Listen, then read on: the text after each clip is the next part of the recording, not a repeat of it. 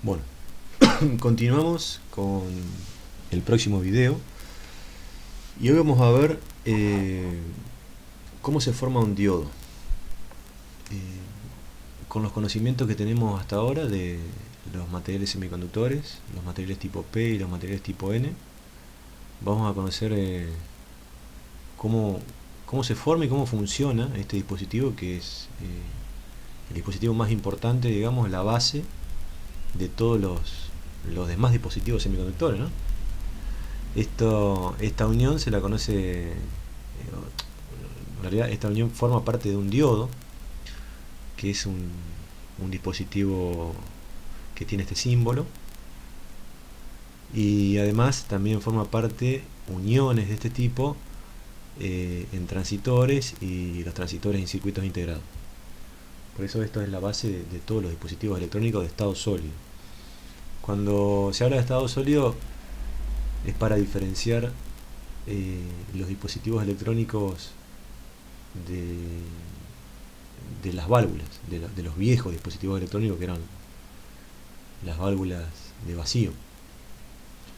Bueno, esto como cumplen una función similar, pero están construidos con un material justamente sólido, que no es vacío, se los conoce como dispositivos de estado sólido.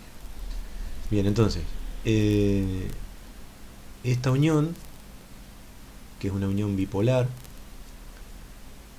acá tiene un esquema, digamos, de lo que estamos hablando. Acá, en principio, uno diría, bueno, tomo un material tipo N y lo junto con un material tipo P y bueno, ahí queda formada esa unión, esa juntura. No es tan así, en realidad directamente no es así. Esto es un esquema. Ahora les voy a mostrar un dibujito de cómo realmente se construye una juntura, cómo se logra unir un material tipo N con un material tipo P. Acá daría la impresión de que están juntos o pegados. No, bueno, nada que ver. En realidad lo que pasa es lo siguiente. Acá yo tengo una pastillita. Esto es algo muy chiquito, ¿no? Esto puede llegar a tener dimensiones de milímetros o menos inclusive. Y bueno, en principio lo que se hace es se toma un material semiconductor de silicio. Imagínense todo este cubito, este cubo acá de silicio. En principio se lo contamina con se lo transforma en material tipo N, por eso acá dice silicio entre paréntesis N. Sería en principio todo completo. Esto que está acá no lo tengan en cuenta por ahora. Sería todo material tipo N. Después en realidad después lo que se hace es se pone una capa, se hace crecer una capa de óxido de silicio, que es aislante, acá también, arriba y abajo, con un huequito donde ahí se implanta un contacto metálico. De este lado también, ¿no? No se ve ahí, pero de este lado queda un contacto metálico en contacto con el material tipo N. Entonces, en ese contacto metálico se suelda un terminal, la patita del diodo, ¿no? Eso sería en la parte de abajo.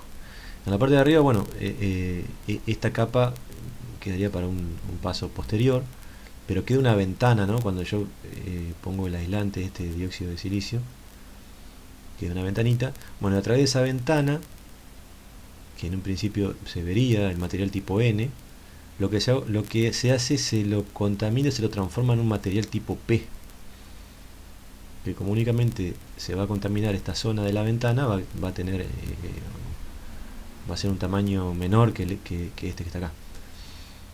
Va a tener un área menor que el área que tiene de este lado, por ejemplo, el material tipo N.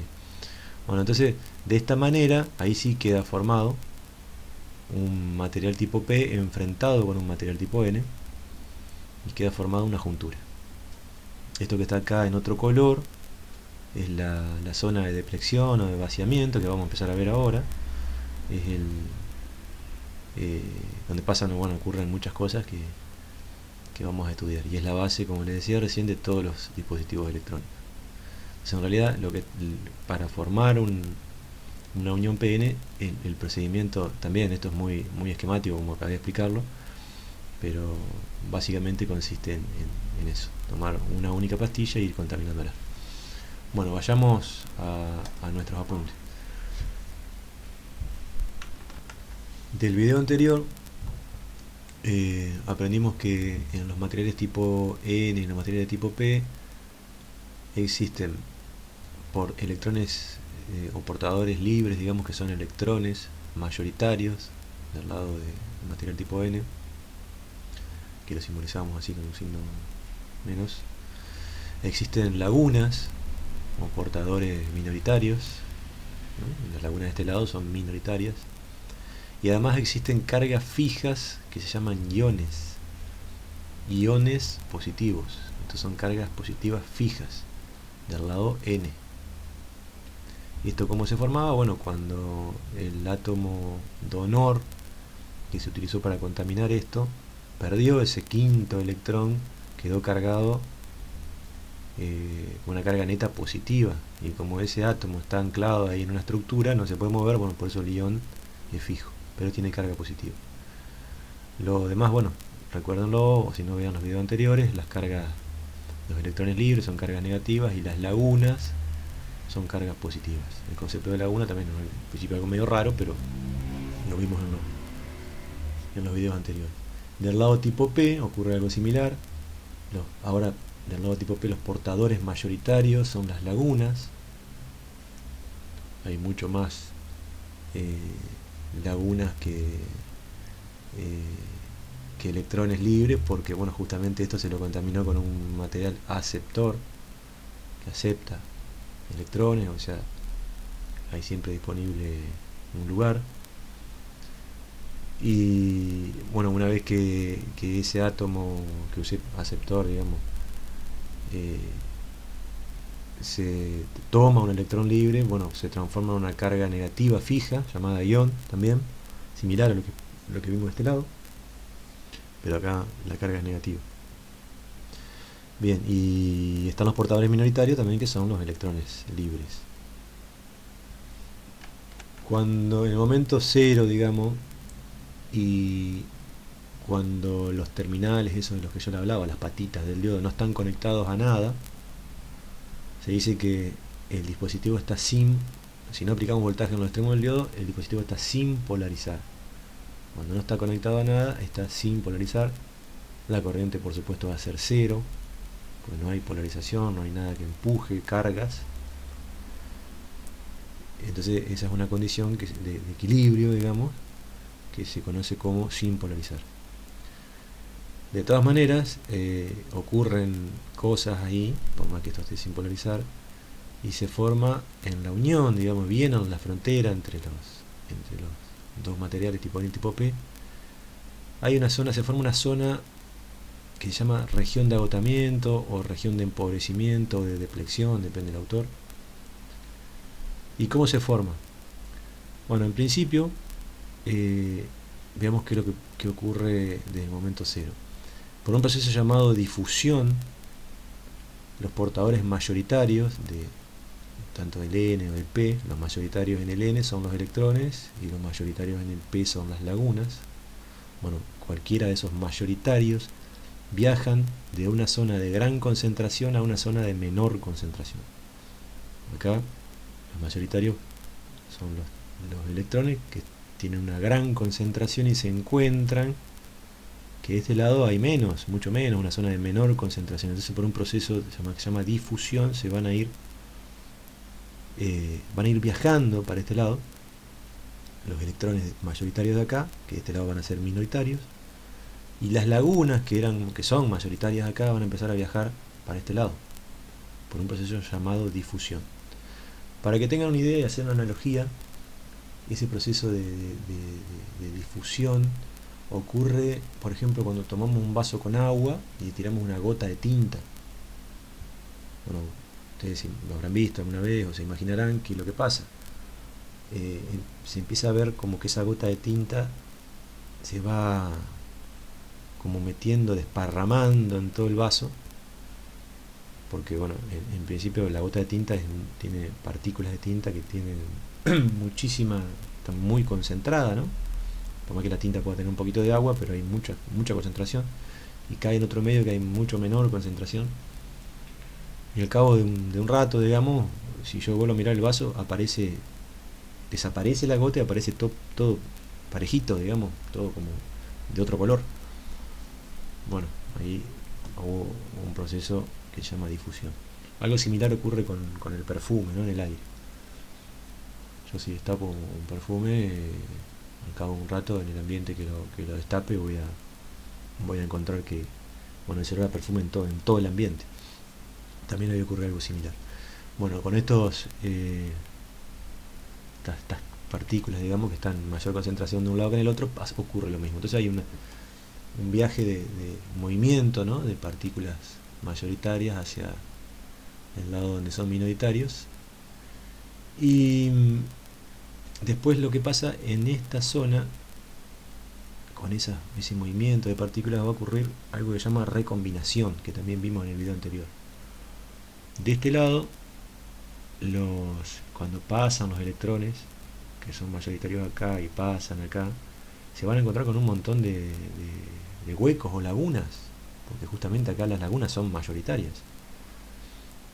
Y ese electrón, entonces, ¿qué va a hacer? Apenas se cruza de este lado, se va a recombinar, porque lo va a estar esperando un hueco.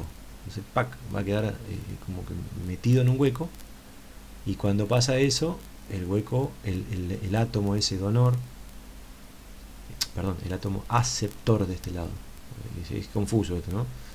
El átomo aceptor de este lado va a tomar ese electrón que pasó para acá y se va a transformar en un ion, por eso en un ion negativo. Por eso acá, fíjense cómo está dibujado todo como dos filitas de iones.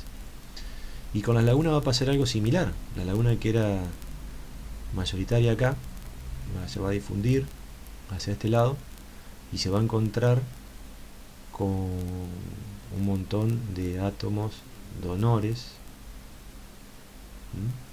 que van a o sea, que tienen ahí disponible prácticamente un electrón libre, o ya libre a temperatura ambiente, o sea, un montón de electrones libres que se va rápidamente ir a cubrir ese hueco que cruzó. Hay que usar mucho la imaginación acá y mirar los videos anteriores, pero es justamente el mecanismo es ese. Y entonces todos estos átomos que en principio tenían valencia 5 en la última órbita, van a perder ese quinto electrón y van a quedar como iones positivos fijos de este lado. Y se llama región de agotamiento o de empobrecimiento, de presión, porque no va a haber portadores libres acá. No, porque todo lo que eran portadores libres se recombinó. Y justamente gracias a esa recombinación se forma esto. Se forman cargas fijas negativas de este lado y cargas fijas positivas de este lado. ¿Y qué se imaginan que pasa cuando yo tengo cargas de un solo signo de un lado y cargas de un solo signo del otro? Bueno, los que estén cursando teoría de circuitos, igualmente no importa, no es obligación, porque si están haciendo esta materia ya cursaron física. Lo que pasa es que cuando hay cargas positivas de un lado y cargas negativas del otro, o distintos signos, aparece automáticamente una diferencia de potencial, y con esa diferencia de potencial también me indica que hay una presencia de un campo eléctrico. O sea, va a haber algo que cuando yo pongo una partícula de prueba va a sentir una fuerza esa partícula que la va a hacer mover. Bueno, eso es clave también acá. Bien, ahora habiendo entendido ese mecanismo y qué es lo que pasa en un principio, una pregunta que probablemente surja es ¿cómo encuentra el equilibrio el ancho de esta juntura? O dicho de otra manera, bueno, todo eso que dijimos recién, ¿hasta cuándo, en qué momento se para? Porque si siguen cruzando y cruzando y cruzando y cruzando y recombinando, esto se puede hacer con anchos, digamos, todo lo que hay de material para un lado o para el otro, cosa que no ocurre. Esto tiene un determinado ancho, sin polarizar, ¿no? Tiene un determinado ancho que va a ocurrir algo que va a hacer que eso encuentre un equilibrio. Bueno, justamente ahora lo vamos a ver. Esto se encuentra un equilibrio que se llama equilibrio térmico. Bien, para explicar ese equilibrio tenemos que entender este concepto de barrera de potencial. La barrera de potencial la podemos explicar con esa diferencia de potencial que aparece cuando yo tengo cargas de un signo y cargas de otro enfrentadas, y a cada, digamos, par de iones positivos y negativos, ¿no?, que están acá enfrentados, se le conoce como dipolo. Acá hay un montón de dipolos, ¿no?, y todos tienen están orientados de la misma forma. Bueno, y por cada dipolo aparece un campo eléctrico, como ya esto lo han estudiado en física. Va a aparecer un campo eléctrico que va a tener aquel sentido, este sentido que tiene acá, exactamente el mismo. Y bueno, como acá hay muchos dipolos, va a haber un campo eléctrico grande. Y además también el campo eléctrico representa una presencia, una diferencia de potencial. Esa diferencia de potencial, que va a ser una barrera que va a impedir que sigan pasando, y ahí mismo está la respuesta a por qué esto se corta y no sigue creciendo. Bueno, porque va a haber algo que va a ser esta barrera de potencial que va a impedir que sigan cruzando electrones, por ejemplo, en aquel sentido, y lagunas en este. ¿Por qué va a impedir? Bueno, si yo tengo un campo eléctrico en este sentido, así, en este sentido, formado por los dipolos, por los primeros que se fueron formando, acá, si yo tengo los electrones cruzaban para acá y las lagunas para acá, los mayoritarios. Electrón mayoritario acá, laguna mayoritaria para acá. Pero ¿qué pasa? A medida que va apareciendo esta barrera de potencial, el campo eléctrico va creciendo, y yo después no puedo pasar una carga positiva para allá. Perdón, una carga negativa para allá. O sea, yo tengo una carga negativa acá, ¿no?, que es el portador mayoritario. Si yo tengo un campo eléctrico así, no va a querer cruzar la carga, no va a poder. Y una carga positiva de este lado tampoco va a poder cruzar para allá. ¿Por qué? Bueno, imagínense, yo tengo dentro de este campo eléctrico, tiro una partícula de prueba negativa. ¿Qué va a hacer? Eso se va a querer volver para acá. O pénsalo de otra forma. Si yo tengo una partícula negativa, se va a repeler de la negativa y se va a atraer con la positiva, pero nunca va a querer saltar para el otro lado. Y vamos a hacer la misma prueba con una partícula, con una laguna que se comporta, no es una partícula, pero se comporta como partícula. Esa laguna, si yo o imaginemos, ¿no?, una partícula cargada positiva. Yo tiro una que tenga masa y todo. Yo tengo una partícula cargada positivo acá, y la partícula no va a querer cruzar para allá, porque va a encontrar una fuerza que la va a repeler de esto y otra que la va a querer acercar acá. Entonces nunca va a cruzar. Solo ocurre eso si la partícula mayoritaria o el portador mayoritario de cualquiera de los dos lados tiene suficiente energía como para vencer eso que le provoca una fuerza contraria. Y esa energía, como hemos visto por ahí en uno de los otros videos, se le da la energía térmica. La energía térmica hace que se agiten las partículas y que tomen justamente energía cinética. Entonces, si acá hay distintos, dentro de todas las partículas libres, ahí tienen distinta cantidad de energía, y van a cruzar solo aquellos que tengan suficiente energía. Va a llegar un momento que va a haber muy pocas partículas que van a tener suficiente energía como para poder cruzar. Bueno, solo aquellas van a poder cruzar. Pero por cada partícula que cruza, por ejemplo, una partícula negativa que cruza, que tuvo suficientemente energía, que cruzó para acá, va a haber otra negativa que también va a pasar para este lado. Y ustedes dicen, pero bueno, pero ¿cómo? ¿De dónde sale esa partícula negativa que cruza para este lado? Bueno, son los portadores minoritarios que se pudieron haber formado dentro de la región de agotamiento, que son los que realmente cruzan para el otro lado. Imagínense, ahora yo estoy acá en esta zona, que se generó un electrón libre. Recuerdan que todo el tiempo se están formando pares de electrones, se están generando y reconstruyendo pares de electrón laguna. Bueno, si en algún momento un electrón que de este lado es minoritario se llegó a formar acá dentro del dipolo, ahí sí, el electrón se va a venir para este lado, porque se va a ver expulsado por justamente por el mismo mecanismo que expliqué hace un ratito, expulsado por y atraído por esta carga. Pero eso ocurre con los minoritarios, y de este lado el minoritario sería una laguna, y la laguna también va a ser lo mismo. Si se formó acá en el medio, esa laguna va a querer pasar para acá. Bueno, entonces vamos a tomar, para ordenarlo, el lado N. Una vez que se formó la región de agotamiento, se formaron los dipolos, se formó el campo eléctrico, solo van a pasar los mayoritarios que tengan suficientemente energía, que van a ser pocos, pero va a haber. Y por cada uno de ellos que pase, va a haber otro minoritario que va a pasar para este lado. Entonces ahí se mantiene un equilibrio, y se llama equilibrio térmico, porque ese equilibrio está apoyado, sería impulsado por energía térmica. Justamente acá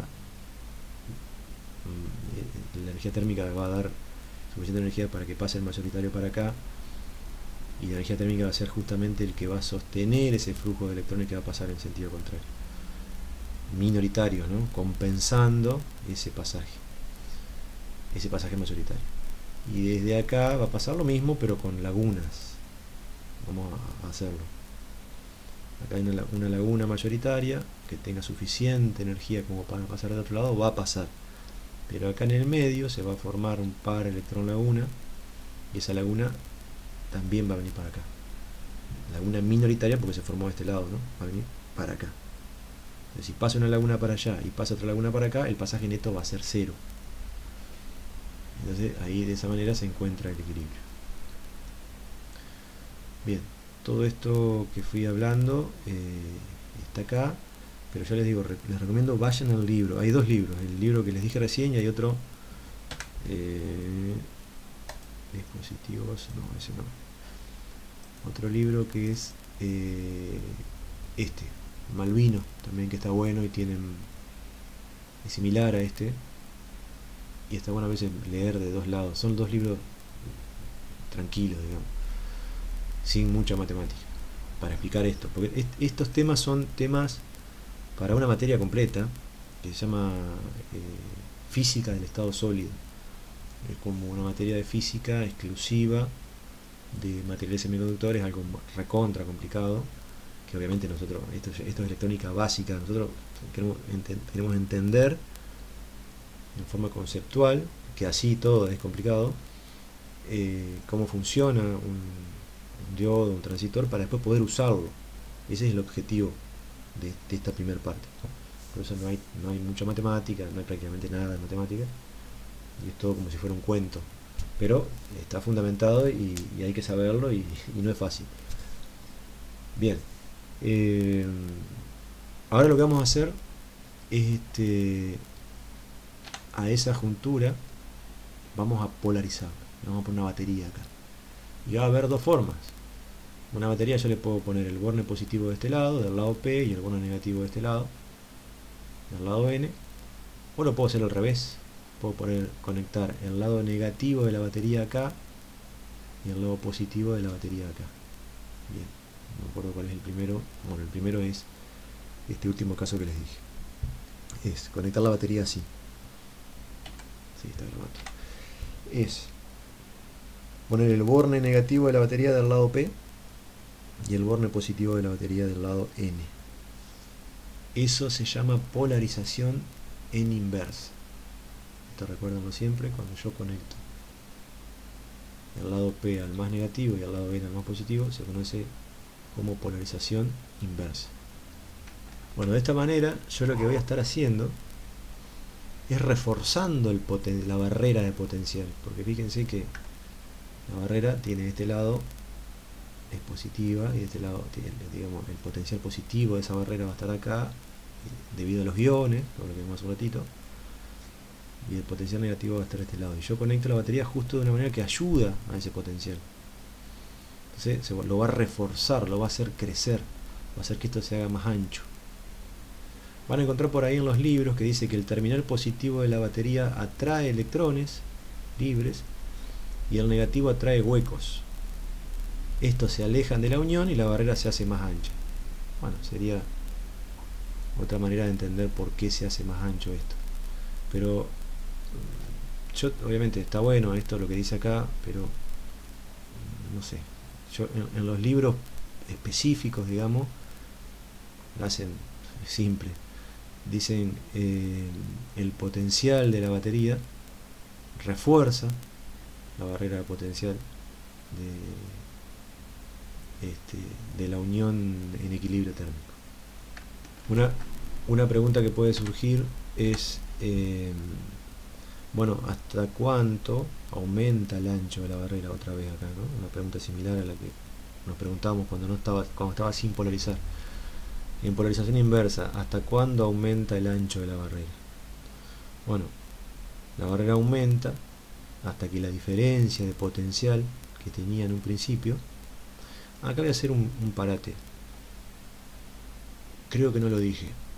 Cuando está en equilibrio térmico y sin polarizar, esa diferencia de potencial, esa barrera de potencial vale 0,3 volt para el germanio, si esta base es de germanio, o 0,7 volt si es para el silicio. Este número le va a resonar mucho porque lo vamos a usar después mucho cuando veamos ya el diodo como un dispositivo, cuando ya directamente nos olvidemos de lo que pasa adentro para resolver el circuito, ¿no?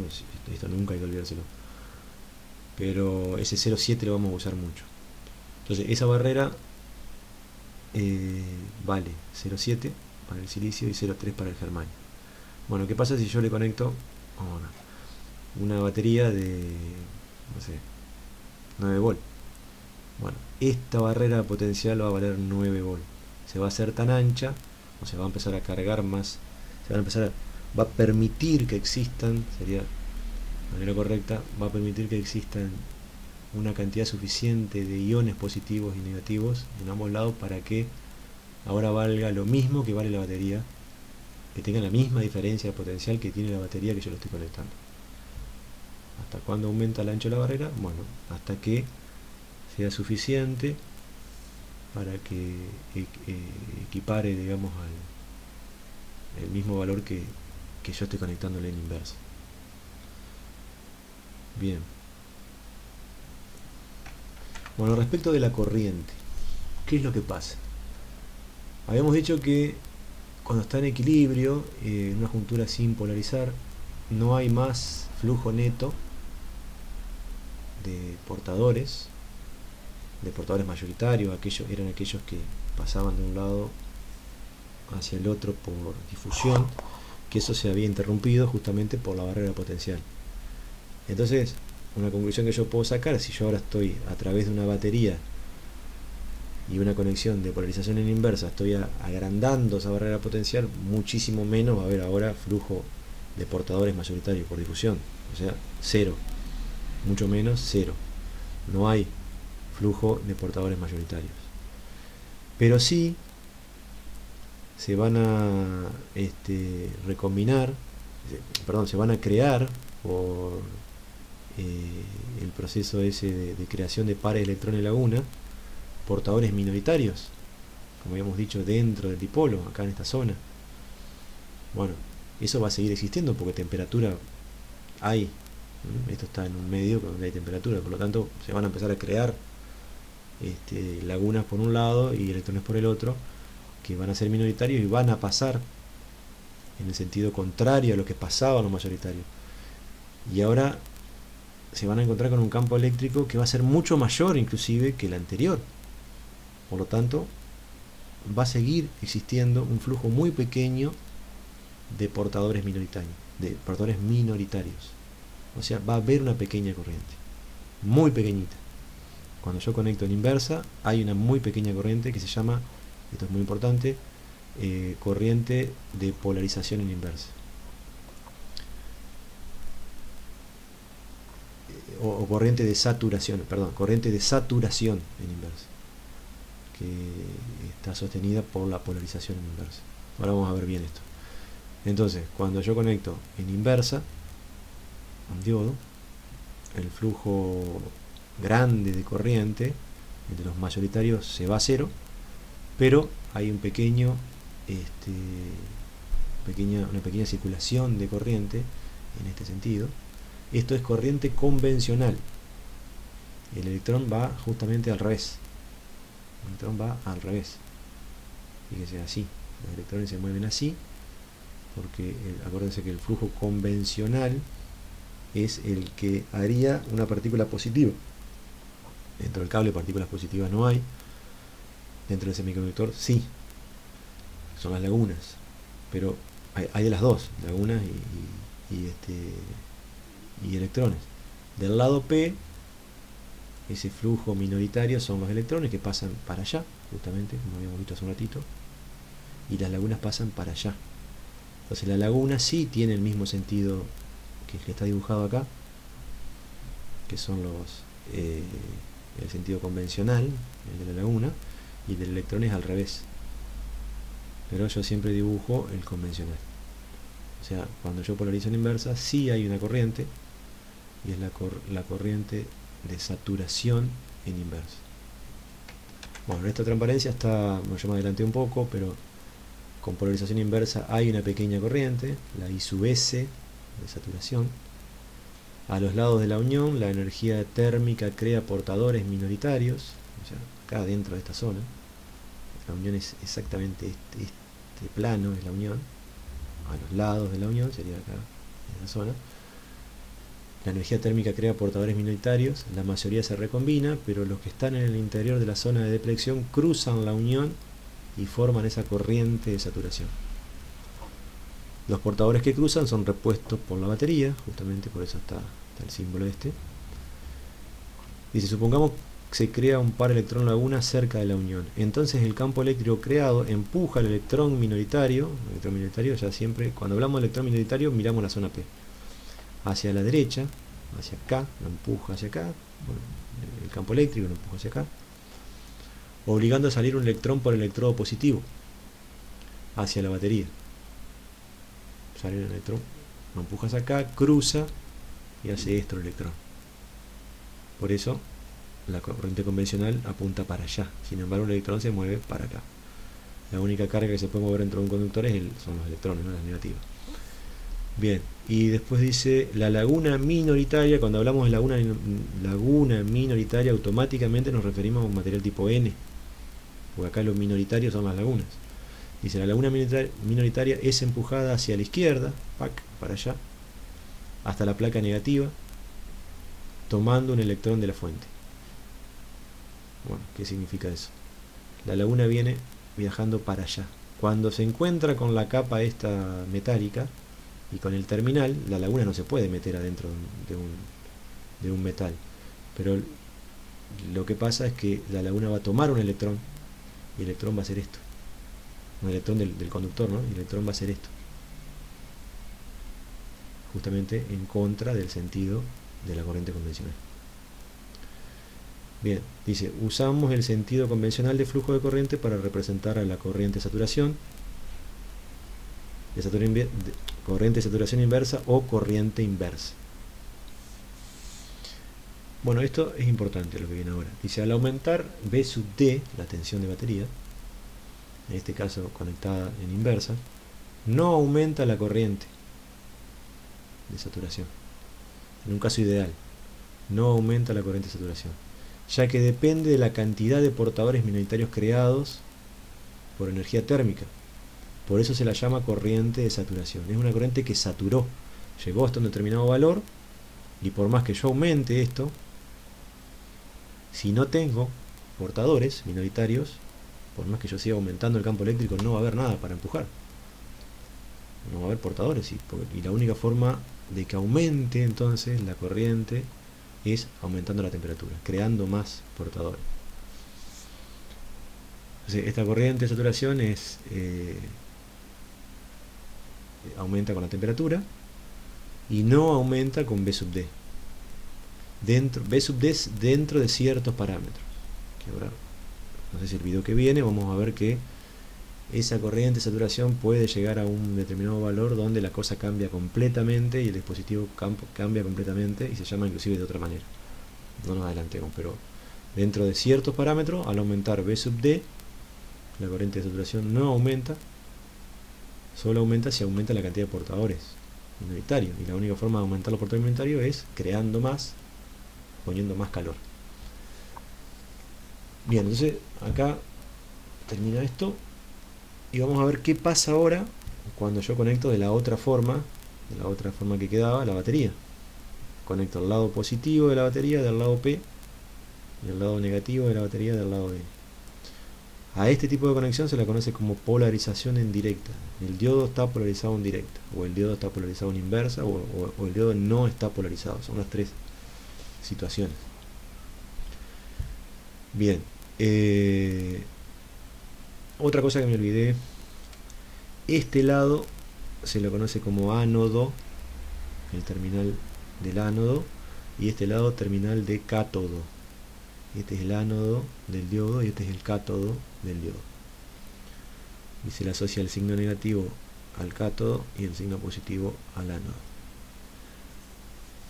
Bueno, veamos qué pasa cuando yo polarizo en directa la juntura, el diodo.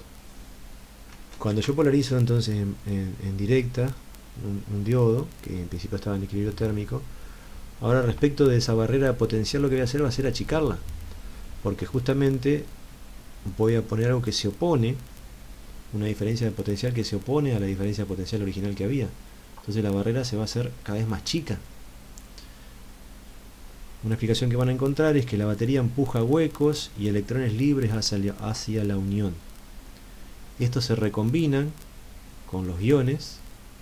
Recuerden que acá había una doble capa, voy a tomar algo esquemático, de iones fijos, pero como la batería empujó huecos y electrones libres hacia la unión, se van a recombinar con los iones, disminuyendo el ancho de la zona de depleción. Recombinar con los iones quiere decir que el ion se va, el átomo ese que estaba transformado en un ion se va a transformar de vuelta en un átomo que no va a tener carga neta, cero, carga neta cero. Va a dejar de ser un ion. Como entonces dice, disminuyendo el ancho de la zona de depleción. Al aumentar V sub D, al aumentar la tensión de la batería, la forma de conectar la mantengo, pero aumento V sub D, disminuye el ancho y los portadores, acá es lo que ustedes estarán imaginando, y los portadores mayoritarios tienen la energía suficiente para cruzar y recombinarse. Recuerden que en equilibrio térmico y sin polarización solo cruzaban aquellos que tenían energía suficiente.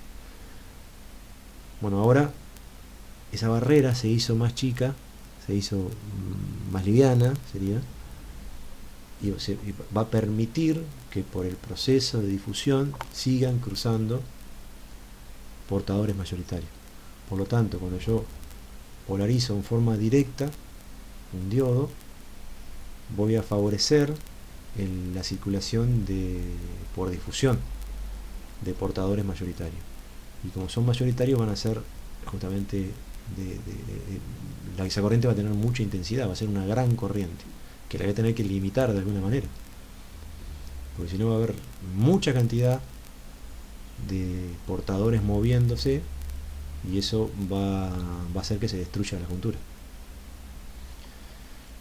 Bien, dice, estos portadores mayoritarios que cruzan la juntura por el proceso que hablamos recién, por un proceso de difusión, provocan una corriente importante en magnitud llamada corriente directa. Entonces también tiene su nombre esta corriente, a diferencia de la corriente de inversa o de saturación. Esta se llama corriente directa, que es mucho mayor, muchos órdenes de magnitud mayor que la corriente inversa, y a diferencia de la corriente de saturación, esta corriente sí crece si yo aumento V sub D. Bien, el flujo de portadores minoritarios tiende a disminuir. Recuerden esos portadores minoritarios que se formaban acá en la zona de empobrecimiento, de depleción. Ahora el flujo va a tender a disminuir. ¿Por qué? Porque ahora sí el campo eléctrico se hace cada vez menor. porque la barrera potencial es cada vez más chica, y por más que yo tenga, por efecto térmico, algunos portadores minoritarios, van a pasar más lento del otro lado, porque esa fuerza que los empuja va a ser menor, porque los portadores la corriente de saturación está impulsada, sostenida por el campo eléctrico. Bueno, justamente el flujo de portadores minoritarios tiende a disminuir, ya que disminuye el campo eléctrico al disminuir la zona de despreciación, pero el valor absoluto es despreciable frente al de la corriente directa. Se disminuyen, pero esta corriente directa es tan grande, el mayoritario es tan grande, y esto es siempre que veo una flecha de sentido convencional, ¿no? Si la flecha es para allá, es lagunas para este lado, pero también es electrones para allá. Bueno, esta, la corriente mayoritaria o corriente directa, es muchísimo más grande que esta, entonces si esta disminuye un poquito, la verdad que no importa demasiado. Bueno, y como siempre, los portadores que cruzan la juntura son repuestos por la batería. Bien, dejamos acá, ya vamos 40 minutos. En el próximo video vamos a ver algo de matemática. Directamente les voy a presentar la ecuación que representa todo este movimiento de portadores, tanto los minoritarios como los mayoritarios, tanto la corriente directa como la corriente inversa de saturación. Y esa ecuación se llama ecuación de Shockley, y es esta ecuación de acá, bastante simple, van a ver que es una exponencial, no tiene mucho misterio. Llegar a esta ecuación sí es complicado, muy complicado. Hay que estudiar bien en detalle la física del estado sólido, que no es el objetivo de esta materia, como les había dicho, pero sí vamos a ver esta ecuación, cómo funciona y demás. Eso lo vemos entonces en el próximo video. Recuerden lo que creo que les mandé por mail. Cualquier duda me escriben. Yo creo que está entendible, y hay muchos, están los libros que también tienen mucho de todo lo que yo hablé, pero de todas maneras, si hay alguna duda me escriben. Nos vemos el próximo video.